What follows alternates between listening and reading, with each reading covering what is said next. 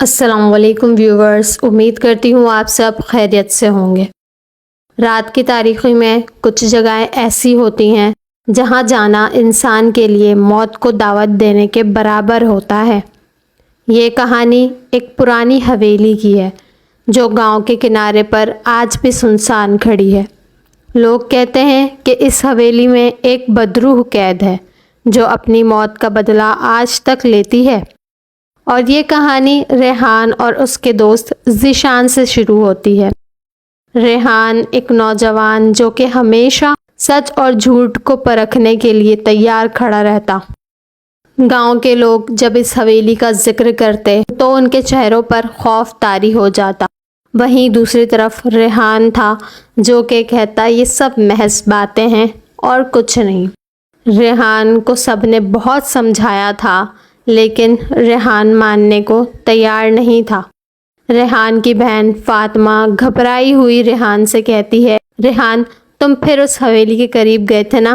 میں نے کہا ہے نا وہاں مت جایا کرو۔ ریحان کہتا ہے یہ سب کہانیاں ہیں فاطمہ، کل رات میں خود جا کے دیکھوں گا کہ حقیقت کیا ہے۔ فاطمہ ڈری ہوئی کہتی ہے تم سمجھ نہیں رہے ہو ریحان، یہ سب کہانیاں نہیں ہیں، میں نے خود سنا ہے۔ وہاں سے عجیب عجیب آوازیں آتی ہیں، کسی کے چیخنے کی آوازیں، اور اسی وقت گاؤں کے ایک بزرگ چچا بھی اس کے گھر میں داخل ہوتے ہیں اور کہتے ہیں ہاں بیٹا، فاطمہ ٹھیک کہہ رہی ہے، یہ سب کہانی نہیں ہے، کچھ کہانیاں حقیقت بھی ہوتی ہیں۔ وہ حویلی بہت خطرناک ہے، تم وہاں نہ جاؤ تو ہی بہتر ہے۔ ریحان مسکراتا ہوا کہتا ہے ارے چچا، آپ سب لوگ تو فضول میں ہی باتیں کرتے ہیں، میں خود جا کر اس حویلی کی سچائی دیکھوں گا اور آپ سب کو غلط ثابت کر دوں گا۔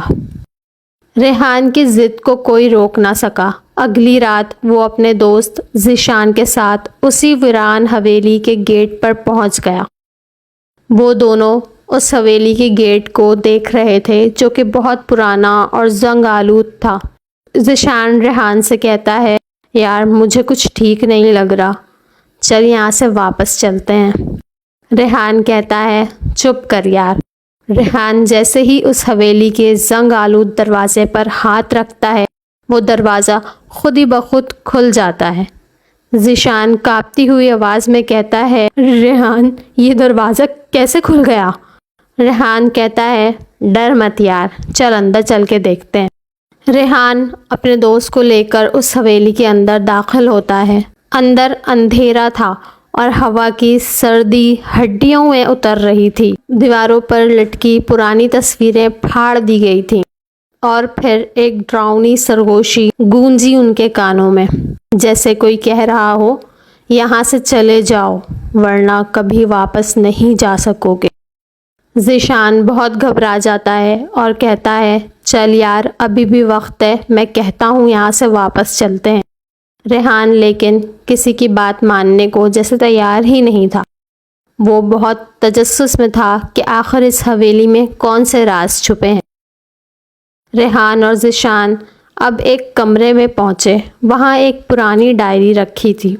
ریحان نے اسے کھولا اور اس ڈائری کو پڑھنا شروع کیا۔